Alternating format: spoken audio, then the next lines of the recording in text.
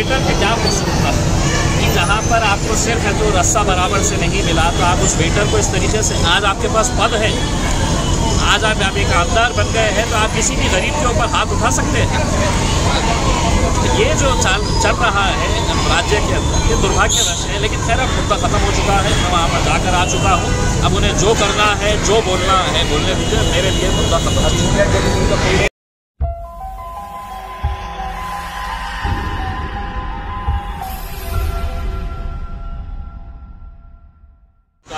मेरी उम्मीद है, मेरी अपेक्षा ये है, मेरी एक्सपेक्टेशन ये है कि जनता ने जब किसी एक नेता को चुनकर भेजता है तो उससे उम्मीद ये लगाता है कि वो अपने चुनावी क्षेत्र के अंदर जाकर कुछ विकास का काम करेंगे करके। आज ये जो आंदोलन चल रहा है, ये सब अपंग लोग हैं, किसान लोग हैं, हर रोज़ यहाँ पर किसान मर रहा है। देश के अंदर सबसे ज़्यादा हो रही है तो किसानों की इस महाराष्ट्र के अंदर हो रही है। अपंग लोगों को 2-2 हज़ार रुपये दे रहे हैं और कह रहे हैं कि ज़िंदगी गुजारो करके, कैसे गुजार सकते हैं। तो ये मुद्दा अहम है। बाकी फालतू के धंधे, फालतू की बातों के ऊपर मैं अब प्रतिक्रिया नहीं दे रहा हूँ। उनको जो करना है वो करने दीजिए, मेरे लिए वो मुद्दा खत्म हो चुका है।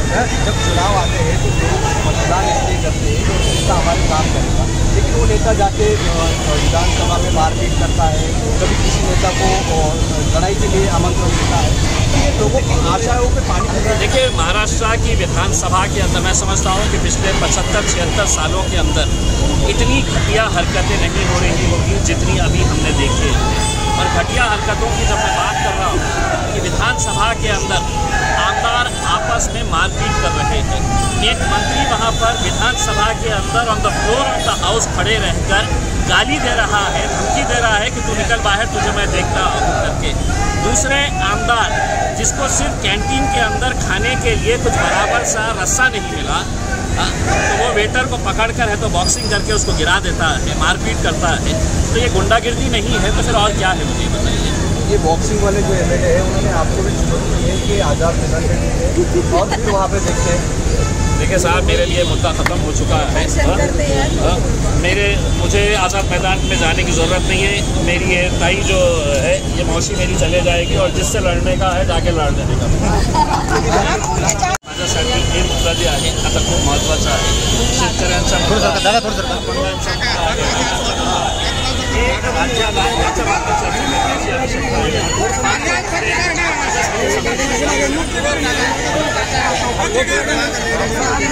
हो, हात ना घेऊ आणि आमदार आता ते कामं त्यांची सुरू आव्हान आपल्या कॉन्स्टिट्युएन्सीमध्ये जाऊन चांगलं काम मी तुम्हाला हार्दिक शुभेच्छा आणि अपेक्षा करतो की तिथे जाऊन तुम्ही चांगलं काम करा। याचा प्रकारची पब्लिसिटी आता खूप झाली आहे। आपण थोडं मागे सरका महाराष्ट्राच्या विधानसभामध्ये अपेक्षा काय होती की या अपंगांच्या बाबतीत कोणीतरी आमदार उठेल आणि यांचा प्रश्न उठेल, शेतकऱ्यांच्या बाबतीत कोणीतरी चर्चा घडवून आणेल। पण तसं होत नाही, होऊ लागलं नाही आहे। एका आमदाराला चांगला काय रस्ता मिळाला नाही तर वेटरला कशा प्रकारे बॉक्सिंग करून त्याला मारण्यात आलं। विधानसभेमध्ये चर्चा करण्यासाठी आपण आमदारांना पाठवतो, तिथे याच विधानसभामध्ये कशा प्रकारे हुल्लडबाजी सुरू आहे, मारामारी सुरू आहे। विधानसभेमध्ये उभे राहून विधानसभेमध्ये on the floor of the house एक मंत्री काय बोलतो की तुझ्या आईला ये बाहेर, तुला बघतो मी, अशा प्रकारची भाषा आणि अशा प्रकारची वागणूक महाराष्ट्रामध्ये एक सुसंस्कृत राज्यामध्ये आपण कधी बघितलं नाही होते। खऱ्या अर्थाने सांगायचे असेल, काही गुंड लोक तिथे जाऊन बसलेले आहेत, म्हणून हे सगळं प्रकार आपल्याला बघायला मिळतो। कडू साहेब सोबत 2014 ते 2019 पर्यंत आमदार होतो आणि या माणसाने जे मुद्दे विधानसभेमध्ये उचलायला पाहिजे, फाईट करायला पाहिजे, ते अनेक वर्षापासून ते मुद्द्याला घेऊन ते लढत आहे। आज त्यांनी जे आमच्या शहरामध्ये लागलेला आहे चक्काजाम आंदोलन, ते कोणत्या मुद्द्यावर आहे? तर शेतकऱ्यांच्या मुद्द्यावर आहे की शेतकऱ्यांचा 7-12 कोरा व्हायला पाहिजे. अपंग लोकांना 6,000 रुपये, माझी तर अपेक्षा हे आहे की 6,000 रुपये ही खूप कमी आहे. 6,000 रुपयेमध्येही जगणं इतकं सोपं नाही आहे, खूप कठीण आहे. महाराष्ट्र सरकारने मोठा दिल दाखवून हे करायचं की तुम्ही 6,000 मागतो आणि 10,000 रुपये लोकांना देणार. नाहीतर किती फालतू गोष्टीवर, फालतू मुद्द्यावर सरकार कोट्यवधी रुपये खर्च करत आहे. अरे हे जगले तर महाराष्ट्र जगणार आहे, शेतकरी जगला तर महाराष्ट्र जगणार आहे. पण दुर्दैवाने आज या देशामध्ये सगळ्यात जास्त शेतकऱ्यांची आत्महत्या कुठे होत असेल तर ते माझ्या महाराष्ट्रामध्ये होत आहे. आणि याचं हे स्पष्ट होतं की सरकार फक्त घोषणा करत आहे आणि शेतकऱ्यांना त्याचा लाभ मिळत नाही. साहेब सोबत आलो असं नाही आहे. जेव्हा जेव्हा त्यांनी या मुद्द्याला घेऊन आंदोलन केले त्या दिवसापासून आम्ही बच्चू कडू साहेब सोबत आहे आणि राहणार. जेव्हा त्यांनी लॉंग मार्च केलं होतं, मी महाराष्ट्राचे सगळे माझे पदाधिकारी कार्यकर्त्यांना सगळ्यांना सांगितलं होतं कि बच्चू कडू साहेब सोबत तुम्ही कांधे से कांधा लगाकर चलना है तुमको रस्ते के ऊपर करके. आणि आज आम्ही आमचं एक सपोर्ट देण्यासाठी आज तुमचे दोघांचे मुद्दे एकत्र, त्यामुळे भविष्यात पण काय आहे मुद्दे खूप महत्त्वाचे आहे. आता कोणीतरी मला विचारले की तुम्ही कशा आले बच्चू कडू साहेबांचा. उद्या समजा याच मुद्द्याला घेऊन कोणता दुसरा राजनैतिक पक्ष रस्त्यावर उतरत असेल, त्यांची मागणी हे असणार असेल की या अपंग लोकांना 6,000 रुपये कमीत कमी द्या, शेतकऱ्यांचा 7-12 कोरा करा, तर इम्तियाज जलील त्यांच्यासोबतही जाणार.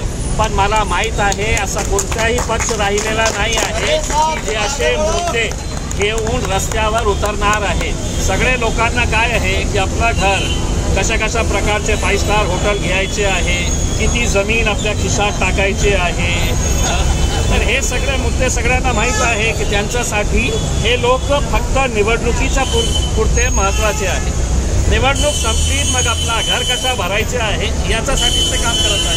तुम्ही म्हणताय दिव्यांगांना 6,000 नाही तर 10,000 दिले पाहिजे, मात्र जे काही कृषी मंत्री आहेत ते म्हणतात की शासन भिकारी आहे, कसं मिळणार पाहिजे? काय अपेक्षा करू शकतं? जे कृषी मंत्री आज महाराष्ट्राचे शेतकऱ्यांच्या बाबतीत चर्चा करण्याची आवश्यकता आहे, तिथे मुद्दे मांडण्याची आवश्यकता आहे, त्या विधानसभेमध्ये बसून जुवा खेळत आहे, रम्मी खेळत आहे. तर अशा प्रकारचे कृषी मंत्र्यांकडे आपण काय अपेक्षा ठेवू शकतो हे तुम्ही सांगा मला. आतापर्यंत खऱ्या अर्थाने मुख्यमंत्री देवेंद्र फडणवीस साहेब शेतकऱ्यांना खऱ्या अर्थाने त्यांना काही काळजी असती तर त्या कृषी मंत्र्यांना त्या क्षणी त्यांनी घरी पाठवले असते, तू घरी जा आणि रमी खेळ, जुवा खेळतो.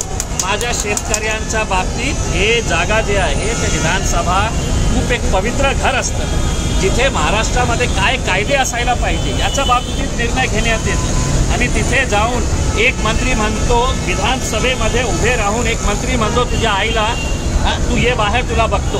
अशा प्रकारची भाषा ही संस्कृती आहे महाराष्ट्राची. मारामारी विधानसभेमध्ये कधी बघितलं होतं का? काय हे दुर्दैव काय आहे की काही गुंड लोक तिथे पोहोचलेले आहेत आणि हे सगळं गुंड लोक जे आहे ना त्यांना असं वाटतं आपण गुंडगिरी करून. पण काय आहे की असे गुंड्यांना हँडल करण्यासाठी बच्चू कडू सारखे लोक खूप सफिशियंट आहेत त्याच्यामध्ये.